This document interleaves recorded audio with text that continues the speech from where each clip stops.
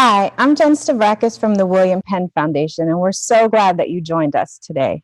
We have a great conversation on tap about how books build language for children and build relationships between kids and caregivers. I know we're eager to hear from our experts, but first I'd like to say a few words about what brought us together today. The William Penn Foundation awards about $35 million each year to support education in Philadelphia. We focus on children 0 to 8, making sure they are ready for kindergarten and reading on time by 3rd grade. Part of this work is identifying ways to support families and caregivers in their role as their child's first teachers. We know from our work in Philadelphia that many caregivers want more information about how they can best support their children's learning and development.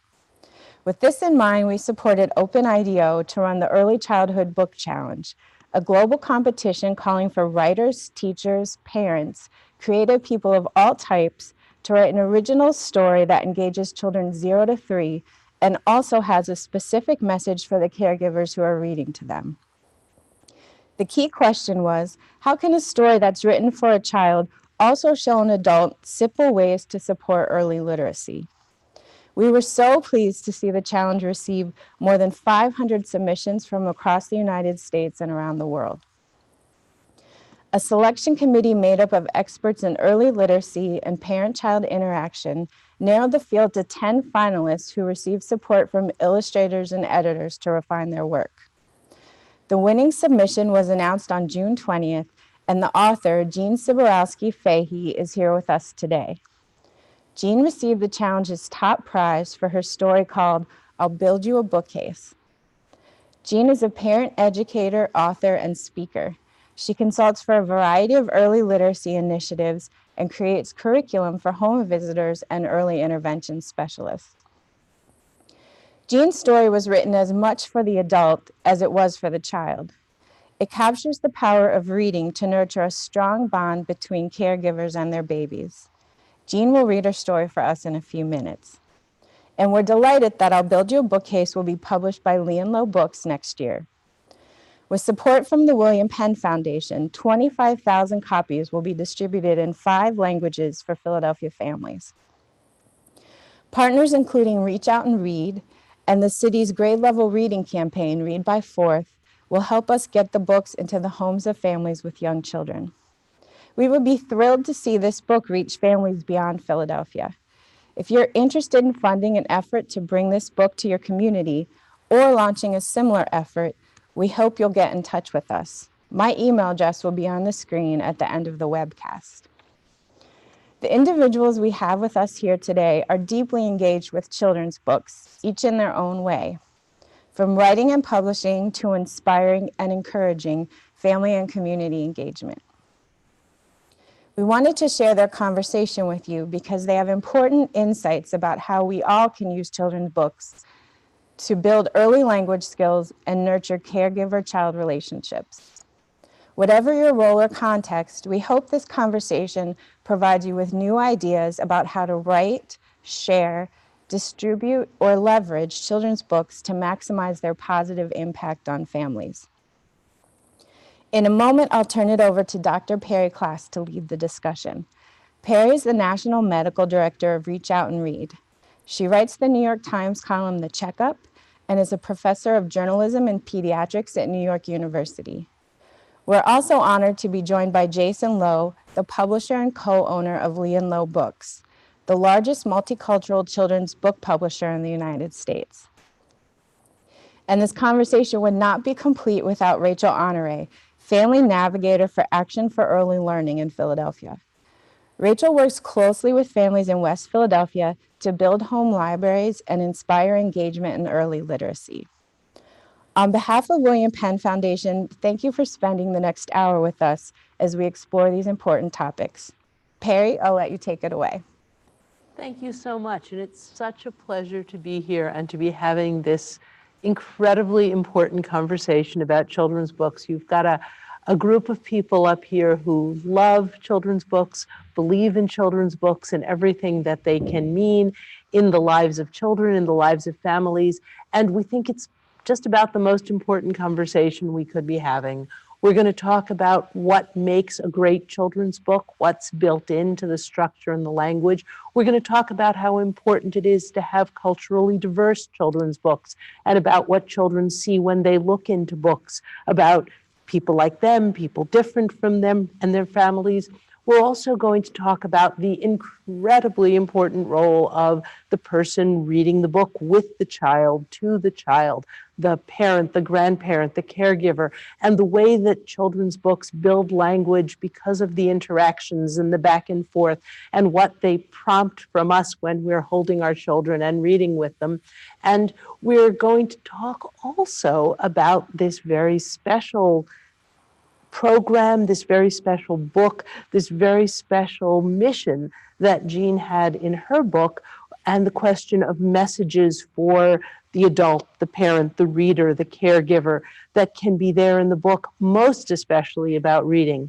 So I think I'd like to start by asking Jean, who knows so much about books and reading, to talk about what makes a really great children's book.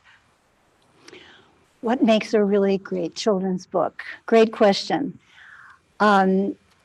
Babies, before babies even are walking, before they're talking, they are listening for their parents, and they're listening for the language spoken by the important people in their environment.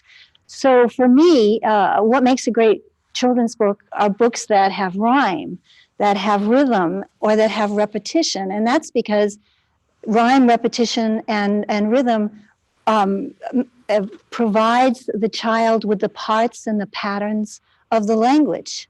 So it reinforces the parts and patterns of language. So that's the first thing I would say makes a great children's book, especially for babies who are not yet talking, but they're beginning to acquire a lot of information about their language, even so young.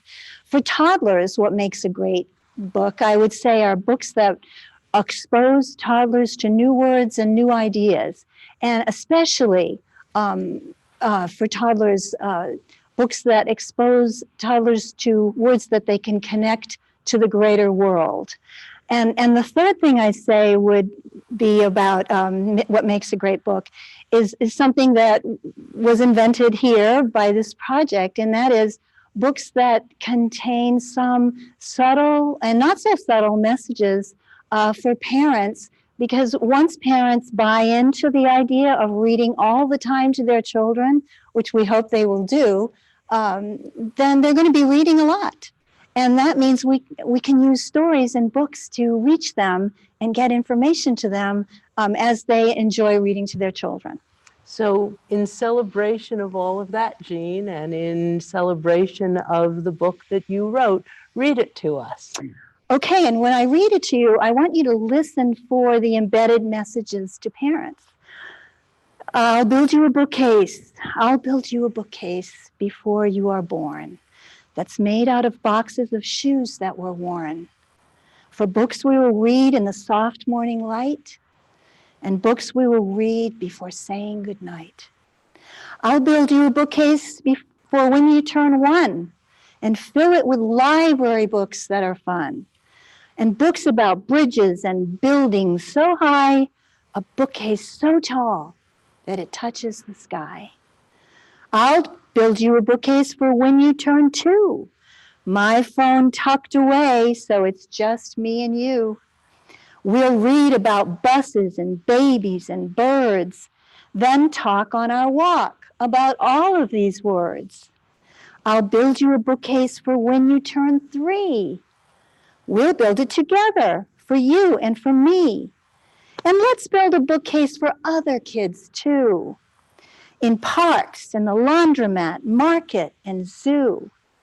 And then we can all read wherever we are, perhaps on a rainbow or riding a star. So let's build a bookcase, and then we'll build 2, for nothing is better than reading with you. Thank you so much, Jean.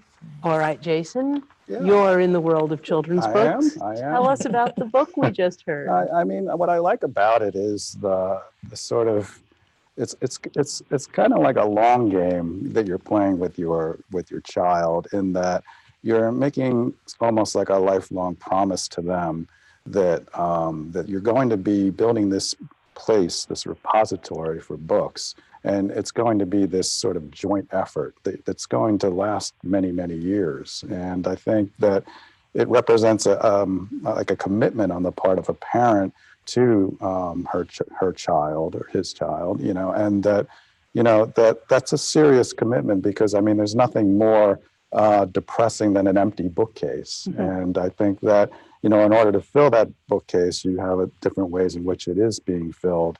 Is one of those things where it says a lot about a sort of keeping promises, but also it's just one of those things where it's a personal thing as well, because if the child sort of sees that this is so important to the parent, then they too may become a lifelong reader, just through this act of this bookcase and filling the bookcase, and so over time, it could be one of those things that could be a lifelong endeavor, and that's what I really like about it. Yeah. And Rachel, when you think about the families that you work with and the work that you do with children's books, and you listen to this story, what does it make you think about? I look into the fact that by age 3, 85% of that child's brain is developed. So when you look at it, you don't have much time in which to create that opportunity to get babies and toddlers interested, to create a sort of stickiness of books in terms of them being able to learn colors and numbers and textures. And so what this book creates is that opportunity to get these children engaged in early literacy and linguistics and the different things that were mentioned in the books in terms of building that library, which is something that is extremely important and crucial for a part of children's growth and development.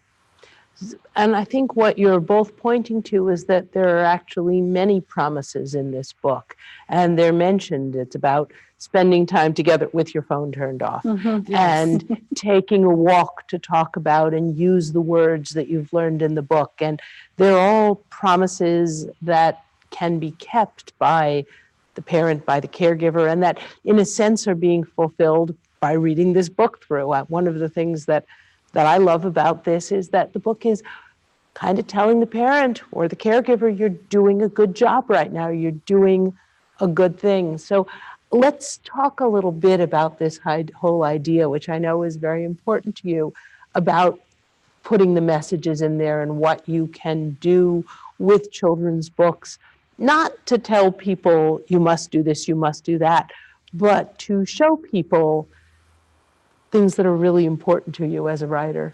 I'm glad you used that word sticky, because I was looking for ways to get my messages to parents to stick over time. And what better way than if the message is embedded in a story that parents are reading in the soft morning light, and then again at night before saying goodnight, and you keep reading the same book, the messages might just stick, and they might stick better than having parents watch a video or read a brochure about the importance of getting their children ready to read.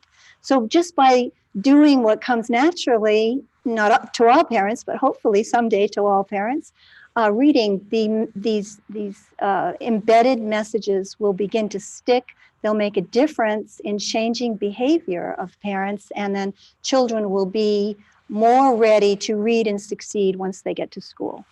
Absolutely. I'm thinking of deeper messages. I'm thinking of the actual relationship and intimacy that this book creates. I'm thinking of, instead of creating in my community, we have struggles with literacy. So I'm thinking of, instead of going to grandma's house with a cell phone, we're going to grandma's house with a book. That's great. I'm looking at the social and emotional bond that this creates in terms of security for that child, the confidence that it creates, the intimacy that it creates. These are all things that can be done with a book, with literacy. Something so simple but so intricate really, really helps that child grow socially and emotionally. And I think that, I mean, speaking as a pediatrician, when we do this, we reach out and read, when we bring the books into the exam room, part of what we're trying to say to parents over and over from the very beginning is about how important your voice, your attention, your regard, contact with you is with that baby, how you are the center of the world for that baby, that small child, because you're the mother, the father, the caregiver, and because you're the one holding the book and making the book come to life for the child, the book really, really matters. Not something that an expert can come into the room and do for your child. You know what will happen if an expert comes in and tries to pick up a 9-month-old, right? The 9-month-old's not going to like it. The child wants you. And I think those deeper messages are very much in there. I like the fact that, if I may say, that when I was taking my son to different appointments, absolutely the highlight of that appointment would be to have the doctor give us the little samples. You love that. But a huge part of it was that book that they gave us, and how we could use that book to be able to create those intimate moments with your child, to walk in the office and see all these books all over. You don't realize it, but subliminally, when you go in that office, that it sends a message. And I think that it's an important platform that providers have, doctors in particular, for those children. And it's a great, great one that they're able to just be able to provide for those patients and their children and families. I think that's one reason why what we're hearing about here is so wonderful, that we're thinking not only about finding the book, not only about making the book and making it great, but also thinking about distributing the book. And I know you're going to tell us about other innovative ways of getting books to families. Certainly the pediatric office, it's a place where you can work it into your conversation about bedtime and about language. So I guess my next question then is, how much difference do we think the right book at the right time can make for a child?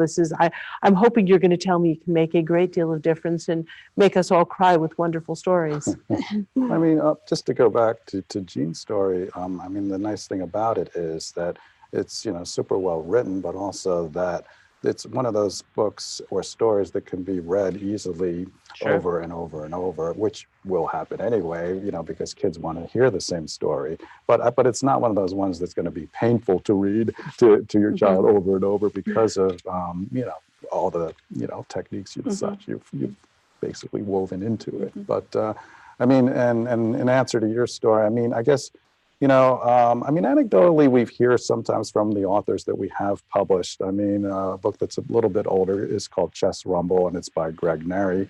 And it's a book about sort of bullying, but also sort of being able to cope with, sort of obstacles in your life without resorting to violence, and a lot of it is woven into this theme of chess, which is that your life should be about thinking 3 moves ahead.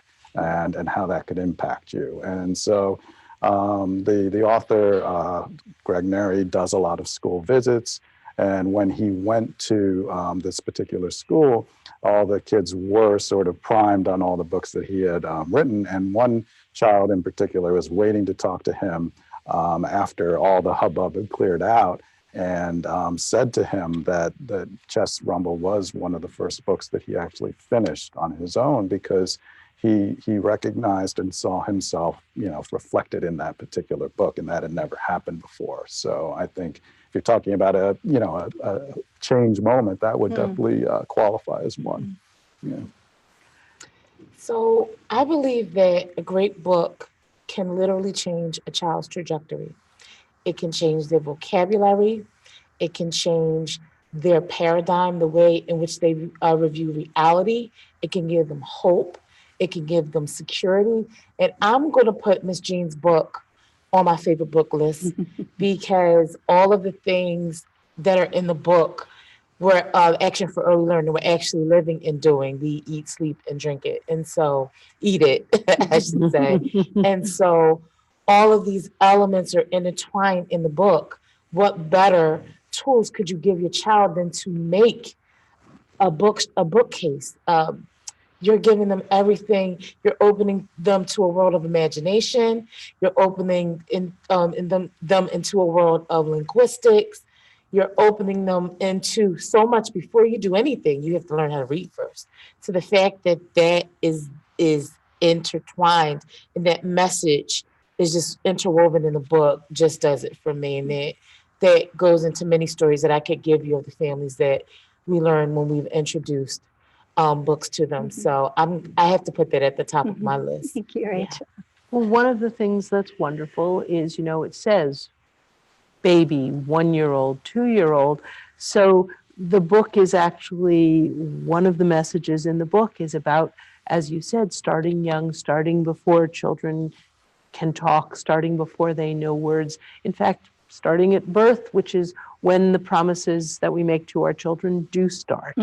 And I think understanding that the book, which can change the trajectory, can come in that early, not just into a child's life, but into a family's life, is really important.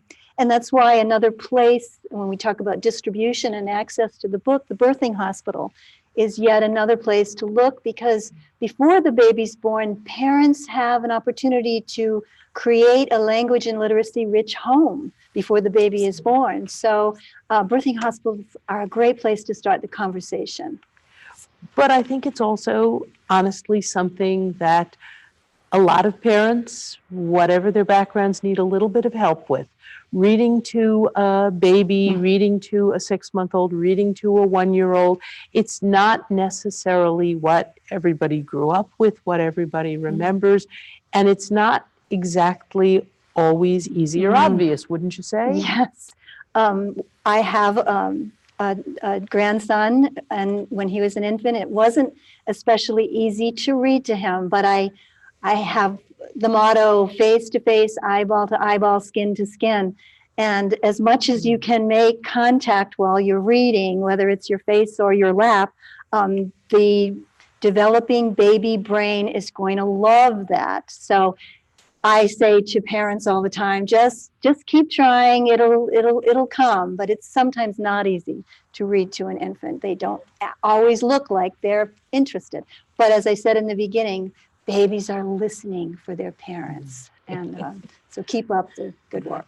And I think one of the things that we're trying to do, and that I hope your pediatrician was trying to do with Reach Out and Read, is give you a little bit of a hint that, yes, the 2-year-old is going to want the same story over and over and over. And you mentioned this, in the rhyme. Or, yes, the 6-month-old is going to eat the book. And that's all okay. Your baby's not sort of failing the test. Oh, she's not ready for books. Your baby is enjoying books the way a baby enjoys books. Your toddler is enjoying books the way a toddler enjoys books. And again, some of that for me comes back to reinforcing for the parent, the caregiver, you're doing it right. Yes. You're doing such a great thing right now. But I need to bring up, since you talked about eyeball to eyeball, face to face, we're here coming to the people who are watching us through the magic of technology. We're in a digital age. Here we are talking about books. And I think when we're talking about books so far, we're actually talking about books where you turn the pages, books that the baby can put right into her mouth and chew.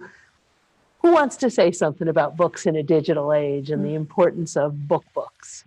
I mean, Lee and Low Books is very much a lover of print books. I mean, I personally love them. I think there's no other experience like them. You don't have to plug them in, basically it's this immersive activity that you could have with your child. And then when they grow older, they can have an intimate experience on their own, but it's just one of those things that engages your imagination like no other. I mean, if you're talking about a picture book, you have illustrations they're uniquely sort of corresponding to the words on the page, and everything that's in there is intentional and it's all planned out very meticulously, through a collaborative art form known as publishing. So it's truly magic. It takes, it's definitely a throwback industry, but it's one of those things that the result at the end is a book that can be on your shelf for generations, as long as you take care of them, But and yeah, I don't think you can dismiss the allure of digital media. When I commute home on the train, everybody is glued to their phones, literally.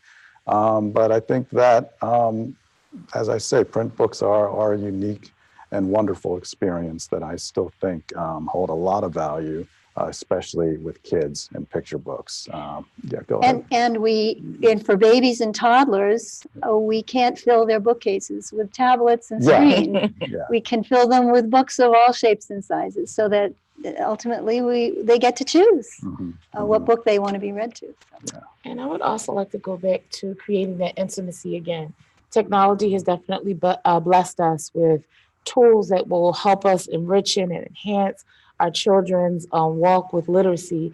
However, that healthy balance in terms of reading that child that book, having that intimate space or situation or confidence or that Q&A session does not take away from it. So as we're pretty much acknowledging the era of technology, we should always keep in mind that we need that healthy balance. Computers will never be able to, or the digital age will never be able to take place of the human touch, of the feelings evoked from it. Well, I think you bring up a really good point, which is that a picture book is a fabulous piece of technology for activating a parent. Yes. That is to say, if I've got a picture book and I'm looking at a picture of the dog and I want to hear the dog say woof, I need the adult who's reading me the story. So what the picture book does is it conjures that intimacy. It conjures that lap time, that face time. And there's actually research coming out now to suggest that if you're looking at the same story on the page versus on the screen, our body language is different. Our children's body language is different. The interactions are different. This is with young children, so that you spend more time talking about the technology, who's controlling it, what do you do?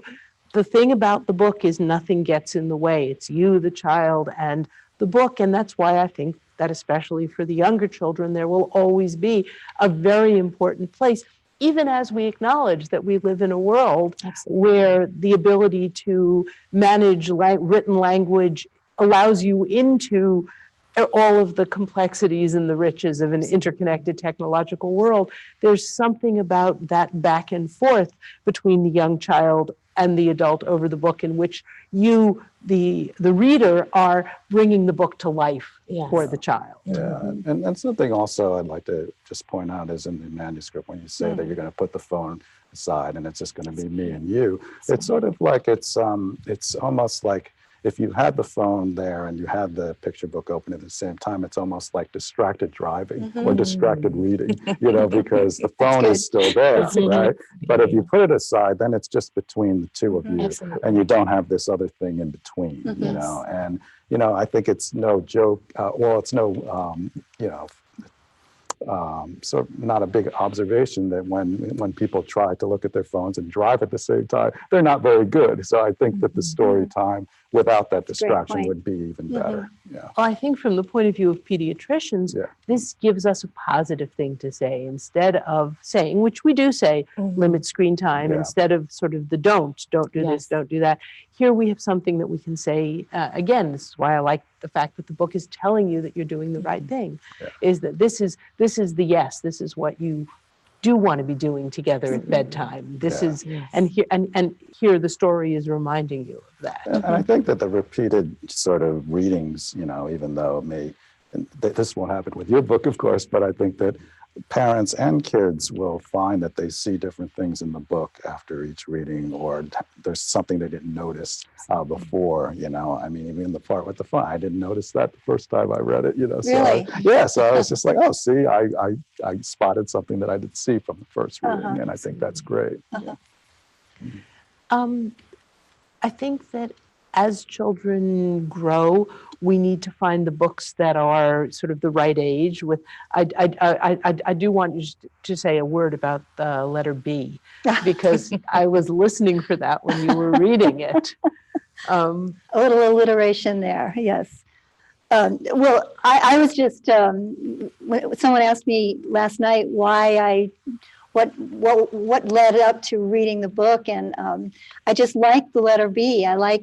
And I think babies like the letter B, ba, ba, ba, ba. And they like the letter M too, ma, ma, ma, ma, and da, da, da, da. But I just thought that it would be fun to write a book with a lot of B's in it. And given that babies like the letter, I'm happy to think that it's stimulating their developing reading and linguistic brains. So. It is one of the first consonants you get in Babel. It's one of the reasons Babel's called Babel. Ba, ba, ba, ba.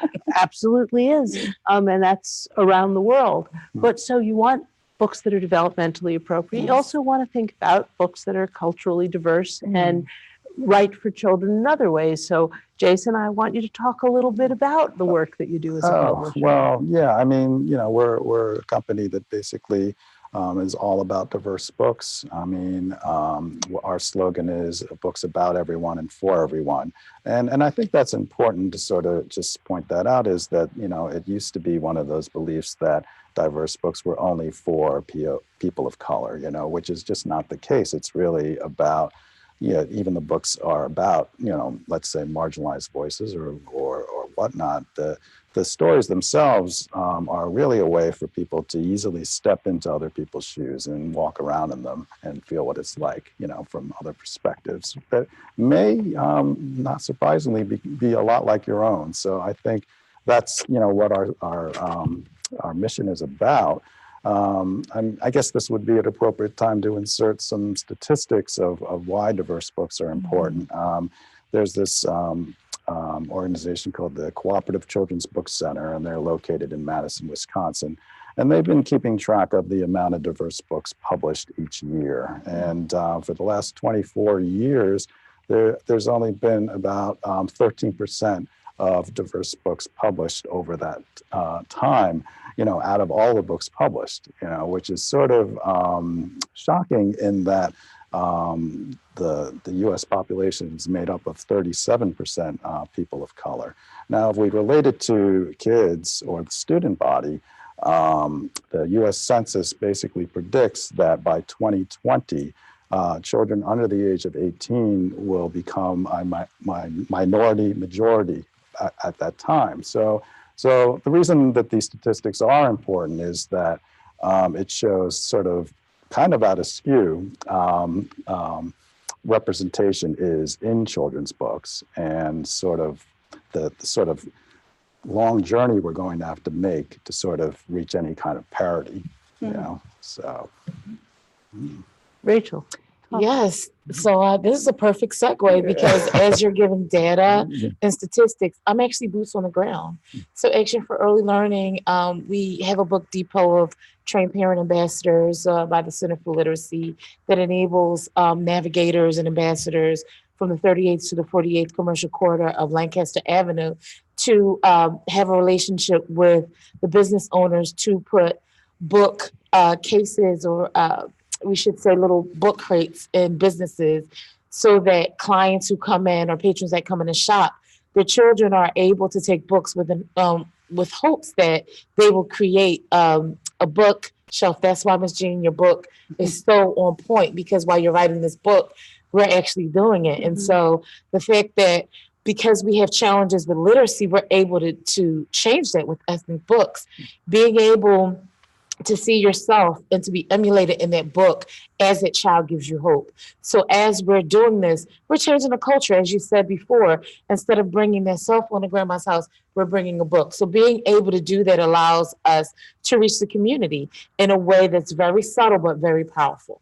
And everything that you said is the things that we're doing for Action for Early Learning, being able to bring those ethnic books to the children that make a difference. And it's changing a culture.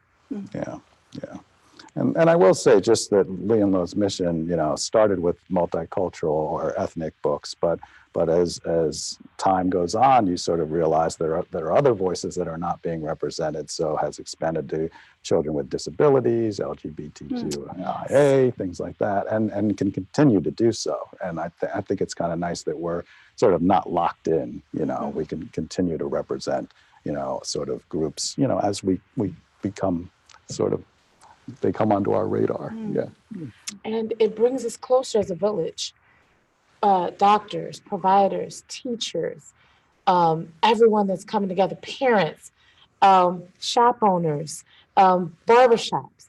Everybody is now becoming connected, which is really, really great because it's doing what it's supposed to do. We're all one village and we're connected, and this is what we're supposed to be doing. And when we think about ourselves as adult readers, I mean, one of the things we used to say about children's books is they need to be mirrors, they need to be windows, they need to, let you know about the great wide world, but they also need to let you know about people like yourself and your family.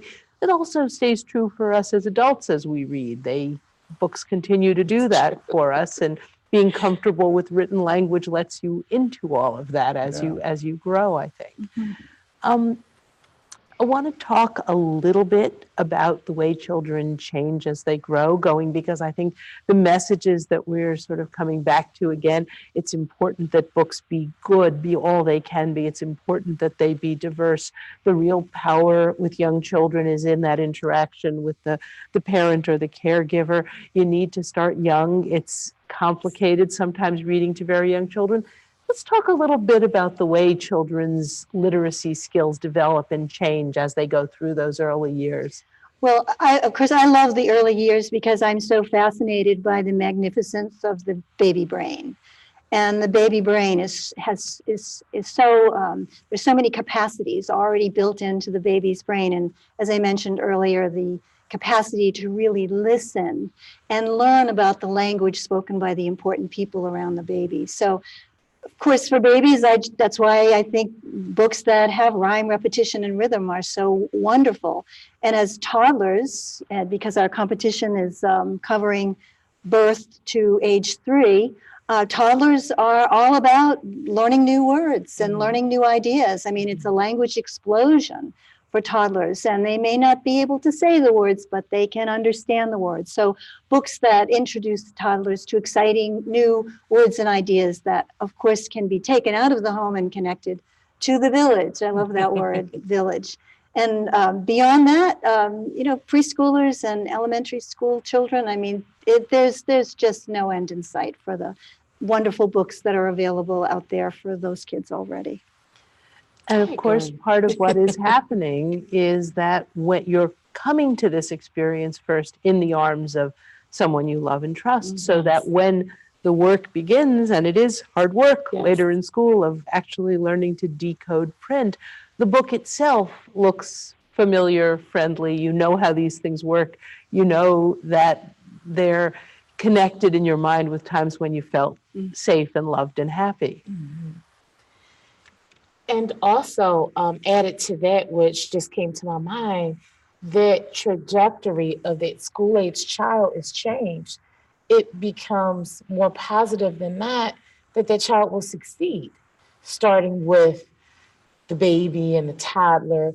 It's changed because they're learning communication, like I said before, confidence, security, so many things that are underlying fact that creates that balance with social and emotional well. I'm going to keep saying it because it's so important, and I see it in my community. So that is why it's just so important that, above all, literacy is, extremely crucial, but the underlying layers that go along with it makes for a perfect recipe for having that child be successful holistically. That's well said. Absolutely. I want to take a couple of the questions that people have sent in for us. The first is, what would you suggest for caregivers with limited literacy themselves if reading to their child is not an option? And this is a really important question. I want to say a word to it, and then I want to pass it around. I mean, it's a tremendously important question. What we talk about in the Reach Out and Read training for doctors is we say, talk about looking at the book together, looking at the pictures, telling a story. The important thing is your child is on your lap with you, hearing language back and forth, talk, sing, tell stories, use the book as prompts. But I also want to say that that's not an answer all by itself, because parents who are in that position as their children come to school age are often feel shut out or intimidated or not quite able to help their children as they go through school. So it's ideally you're encouraging all of that back and forth for the parent, but you're also offering some kind of strategy, some kind of hope, some kind of partnership if that parent decides that, this is important, and I want to take the opportunity to actually develop my own skills. You don't want to actually treat it like this is where that parent is now and forever. You had something you wanted to say. I just love books without words. I love books without words, and it allows the caregiver or the parent with limited or no reading skills to create a story with the child and to make up the story as the pictures show up in the book. Carl the dog is one of. Anybody have a favorite books without words book? But the local librarian can usually point you to the section of books without words. And they're wonderful because we have a little bit of research that suggests that parents are more interactive with books without words because they're forced to create a story in the moment, create a story. Yeah. And each time they pick up the book, it might be a different story, but so what? It's a great low technology. Yeah. Say participating in read-alongs from a community perspective, as being an ambassador promoted to a navigator. A lot of times parents feel comfortable around their peers, and sometimes meeting these parents at different read-alongs that we may have at different barbershops or doing different book depot launches. You kind of get to know these parents and understand where they're coming from, and being able, not that it will solve everything, but being able to get those parents to a comfort level to say that we're doing this together as a community, as opposed to you being siloed by yourself, is a great impact community-wise, just being able to say we're here and we're doing this together. And I think that what you both said speaks to the idea that all of us, especially reading with young children, we might need a little guidance, we might need a little modeling. It's not necessarily something that just happens or comes naturally. You might need a little encouragement and a little bit of help along the way to help it go well. Well, I think at the end of the manuscript, it's sort of a kind of the story alludes to that you're going from your personal library or libraries, but then it's going out into the community, and that may be what that sort of represents is that you're taking it outside of the home, and you're either going to, some of the sort of scenarios you pointed out, or to a library or something like that, or to when, classes sometimes have author visits and things like that. So, I would say that a lot of, English as a second language adults do use a lot of our picture books, for, sort of getting a little more handle on the language and things like that. Yeah. And we've tried really hard to have books that are not only culturally, but also language appropriate to offer families. And when we don't have them, to get the message, look at the pictures, tell the story in the language where you're comfortable. Your child needs to hear your voice, reading the story, telling the story, talking, answering questions, going back and forth. And again, it comes back to the importance of encouraging that sense that parents have that they matter so much. Well, also bilingual books as well. Bilingual books. Yeah, we need them halfway. Yeah. Yep, absolutely. So, but it isn't always easy. And the next question is, kids do not sit still and listen to me read. What can I do differently to help them to listen more? Well, yeah, that's the reality. I think especially if they're very young, I think we have to follow the lead of the child. When the child is might have a short attention span for listening and staying still, then allow the child to do something different and then try to go back. I think as children age beyond toddlerhood into preschool age, they can sit longer and wiggle a little bit less. But the idea is to just stay committed to reading to your child. Be silly. Maybe read under the kitchen table, or make a fort and read in the fort, or make reading really, really fun. Never take it too seriously, because you want to develop in children a very positive attitude toward reading and books. So we did a lot of silly things with books in our family when we raised our daughters. So try being sillier is the answer to that question. This is shout out to all my librarians in Philadelphia. I was introduced to, this is the technology part that I say can help with assistance, BookFlix. So everything that you want to know about a book, the librarians have introduced me to BookFlix. And the BookFlix, and being able to help that child, maybe become interactive, or who may be challenged with sitting or whatever.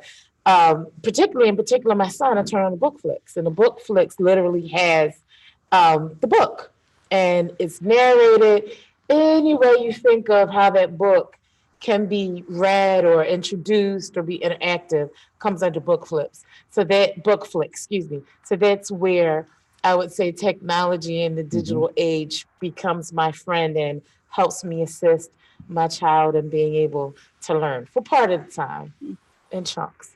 Yeah. I mean, I would just kind of support what you were saying about the silliness is that, I mean, also, like, I guess, even though the adult may be coming at story time where they're tired, they've had a hard day, but this is sort of a respite from all of that, yes. And to sort of almost get in character for that, and so when you're talking about, really, vamping it up or whatever, it's just that it's your chance to almost sort of access that child in you, if you can still do it, but I would, it is an opportunity, and you shouldn't let it pass by. Yeah. And I think one of the reasons that the tradition of the bedtime story grew, it's beautiful and it's a wonderful transition and a wonderful ritual, but sometimes it's easier to read to kids when they're a little worn out and tired. Wait for them to get tired. And I do think that part of what we're talking about here is kind of reading your child's cues and trying this. And if it's the wrong moment for reading, nobody's failed a test. It's the right moment for something else. And maybe, the question is, how can we help them to listen more? But maybe they're listening very intently for a while, and then because they're 2 or they're full of energy, they want to run around a while. And again, nothing's gone wrong. You haven't done it wrong. You're reading in a way that works with a 2-year-old or that works with a 3-year-old. And I took care of I had a mother. She had the world's most active 2-year-old twin boys. And what she said about reading was that with the books that I gave her, when I talked about how she read them, she said when she couldn't keep moving anymore, she sat down on the floor and opened the books. And then the twins would come and climb on her because they knew she was going to read. And she said sometimes it's the only time she got to sit down. Yeah. And the other thing I would add is just maybe try another book. Yeah. No shortage of good books. Right. Or read a book that the child keeps handing you, even if it's the one you've read every day 14 times. Next question is, how do parents model reading for their children? How do they show kids that they are reading and enjoying it? Well, I just want to say that children imitate the important people in their lives. So they're watching, just like I watched in my family, my father read the newspaper every night. He only had an 8th grade education, but he read the newspaper every night, and that made an impact on me.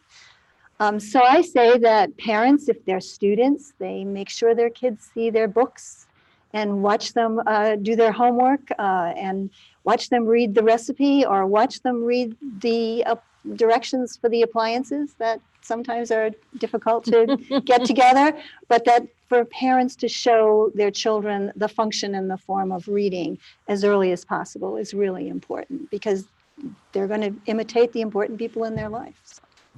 I agree. Making it extremely intentional and carving that time out is extremely important. Even though they see you modeling, being able to set that standard for them to say, this is the time. You may do it differently when you're older, but this is the standard that we set in this household and time for reading or quiet time or whatever it is, but definitely setting that standard by carving out that time in addition. Yeah, and also I would say that things that are important to you in your house, you make room for. And so if you have a ton of bookcases with a ton of books on them, the child obviously is going to say, these are important to mom and dad. Maybe, that might change their tune on that. Yeah. And I think also, again, in this digital era, one of the things we're learning is that the children are watching what we watch and what we do. And if we're constantly checking our phones under the table, it's very hard to tell our teenagers that they shouldn't. But similarly, if we can't put down the book till we finish it because we're so involved, well, there's a moment when you feel like a bad mother because you couldn't put down the book. So you haven't done the thing you were supposed to do. But that is also sending a message about how engrossing, how sticky, how important the reading is. Yeah. And you can celebrate that. Another question, is it important that we own books rather than just have books, books from the library, books that, but what about this idea of owning books? I think it's great. I think it's the process which really holds that, as we'll say, stickiness to that child. It's the process of whether we go to the library and get those books, whether we're searching out different titles for those books, to reading them, to bringing them back, to donating them, whatever it is, it's all in that, the whole gamut of having that relationship and showing how we respect books, how important and crucial literacy is. It's that whole process. Yeah, I mean, it's also sort of, the collector in you of like collecting a specific author where you've read all her titles or whatever. Yes. And then I like to sort of shelve them all together, so you can easily find them. But it's really it's a pretty personal thing when you own books, and own a lot of them. Well, and especially when you're starting out with the babies and the toddlers, where the books are going to get eaten. Yes, and, yes. But where they also can be transitional objects of the child. I've had toddler patients who carried a particular book around with them, day and night. And the books matter as objects. And I think, but they also then lead you out into the community, into the library, into places where you can find more of them. We had a question about books that teach colors, shapes, and numbers and are fun. And how do you find books that do that? Somebody want to talk about? Concept books. I mean, they're everywhere, and they're important. I think concept books are kind of one of many books that can be in a children's library because those concepts are important. Sure, and there are many good ones out there. Battery operated, the ones that you can take in the bath and they make little squishy sounds. You can take everywhere, just certainly, gets that message from an early age, just opens up that door. So I'm going to give time for one more question. Just what's a good, easy way for parents and schools to find those books with diverse voices? Public library is one way. Yeah, I mean, I think that it sort of has to be one of those things where teachers and parents are advocating for these books to be included in collections. If you don't see what you want to be in those shelves or in those collections, then you have to say something. And I think a lot of times parents nowadays don't have a problem advocating for their children. So I think the same could be said for the absence of certain books that are, representative. Programs like Reach Out and Read, where your providers there almost every time providing you with a great selection of multicultural books. If you have a book depot or thinking about starting one up, being able to circulate that in your community, just making everyone aware that this is what, as you were saying, Mr. Jason, that's what is important to you, and in terms of value, holding that up to a standard and being for people to be aware, then the next steps hopefully will take care of itself. So I think we've talked about what makes children's books wonderful. We've heard a wonderful children's book. We've talked about the power of children's books with rhyme and with repetition, with story, with language. We've talked about the importance of cultural diversity and what children see in the books, of having books in your home. And we keep coming back to the power of the parent, the caregiver, the person who holds the child and reads the book, who does that advocating, who builds that village. And I think we're here now celebrating a children's book that also has additional power because it reinforces the actual act, the act of reading, the act of holding your child. And to come back to what you said at the beginning, that promise that you're making your child when you read, when you choose those books, when you hold your child and make that connection between the books, the affection, and the power that books have to introduce you to the great wide world. Absolutely. Thank you, Ms. Jean, for adding a powerful, powerful tool to our arsenal. Thank you, Rachel. And thank you, Mr. Jason. For all of the books that you Thank you are so much. bringing It's into the huge. world and publishing. And thank you to the William Penn Foundation and Open IDEO for providing this great opportunity, this great competition to write kind of a new hybrid. It's kind of a hybrid, isn't it? Yeah. And to the commitment to finding ways to distribute it into families' lives through the pediatric network at Reach Out and Read, through community programs and the work that you're doing as a navigator, the ways that it can come into the lives when children are young and when parents can start right from the beginning to do everything that we've talked about and to make and keep the promise that's in I'll Build You a Bookcase. That's great. Nice ending. Right. We have another minute.